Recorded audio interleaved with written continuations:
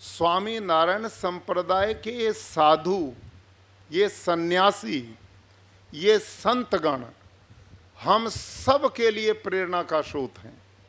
और इसलिए प्रेरणा का स्रोत हैं कि इतने तपस्वी संत आज की इस व्यवस्था में, जब भोगवादी संस्कृति चारों तरफ से हमें घेरे हुए है, बहुत प्रलोभन चारों तरफ है, हम धर्म शास्त्रों की बात भी कर लेते हैं, लेकिन जब वो जीवन में अपनाने का प्रश्न आता है, जैसे हमारे यहाँ लिखा है, यन मनसा मनुते तद वाचा वदति, यद वाचा वदति तत्कर्मणा करोति।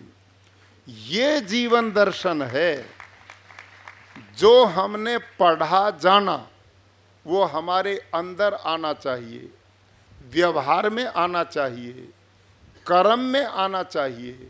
नहीं आता है तो ऐसा ज्ञान केवल रटंत प्रक्रिया तो है, लेकिन मानव समाज और लोगों को एक आदर्श जीवन जीने का तरीका नहीं दे सकता।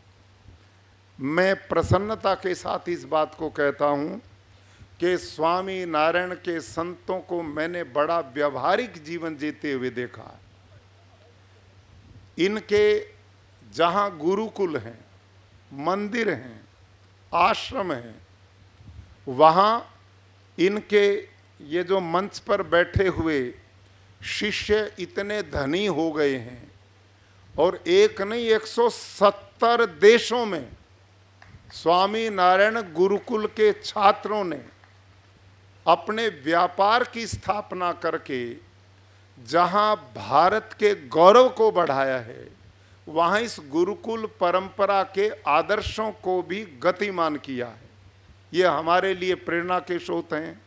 और यही इनकी शिष्य मंडली इतना आर्थिक सहयोग देकर हमारे इन संस्थानों की अभिवृद्धि में बहुत बड़ा योगदान देती है।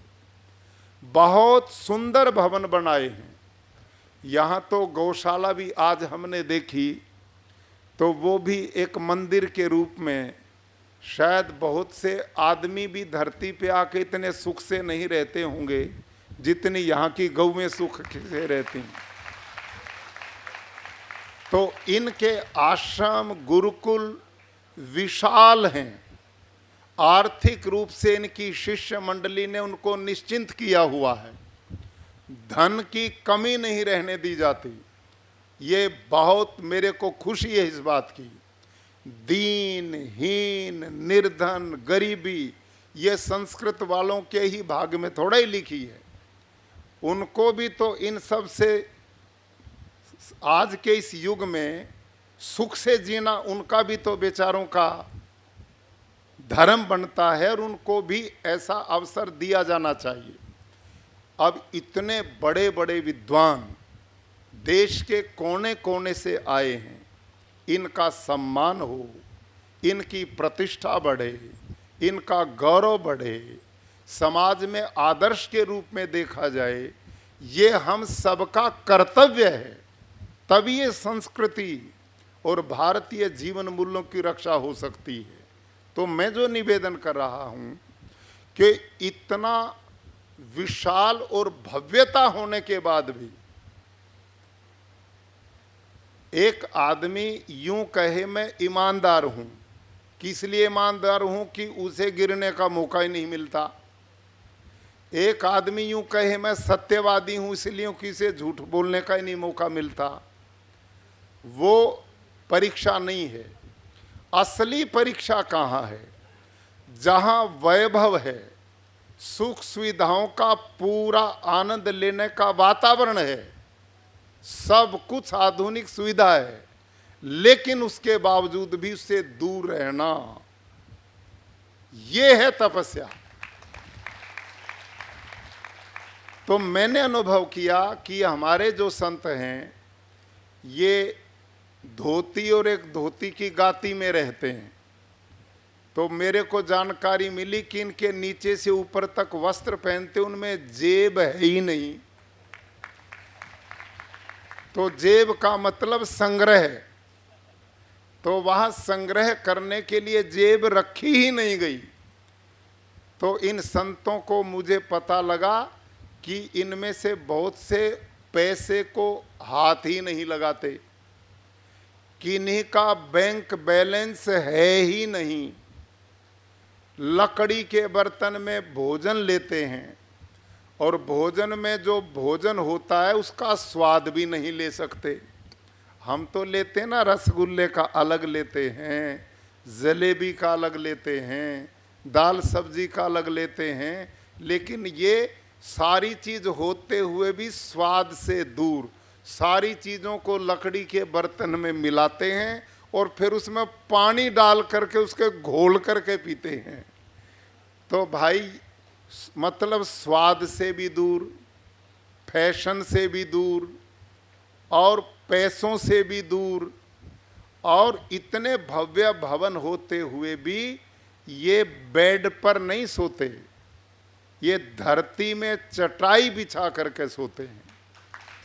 और मजे की बात ये है कि अलग अलग रूम की भी व्यवस्था नहीं। इन धनिक लोगों ने इतना बढ़िया 7 स्टार यहाँ पर अतिथिशाला बनाई, अब जिसका उद्घाटन हुआ, लेकिन वो 7 स्टार आप और हमारे लिए है, इनके लिए नहीं है।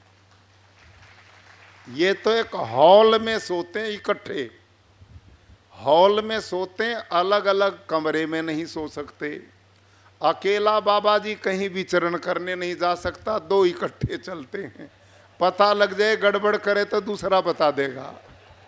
तो कितना बड़ा अंकुश। भाई मैं इस संस्थापक स्वामी सहजानंद जी को नमन करता हूँ, उनकी स्मृति को प्रणाम करता हूँ।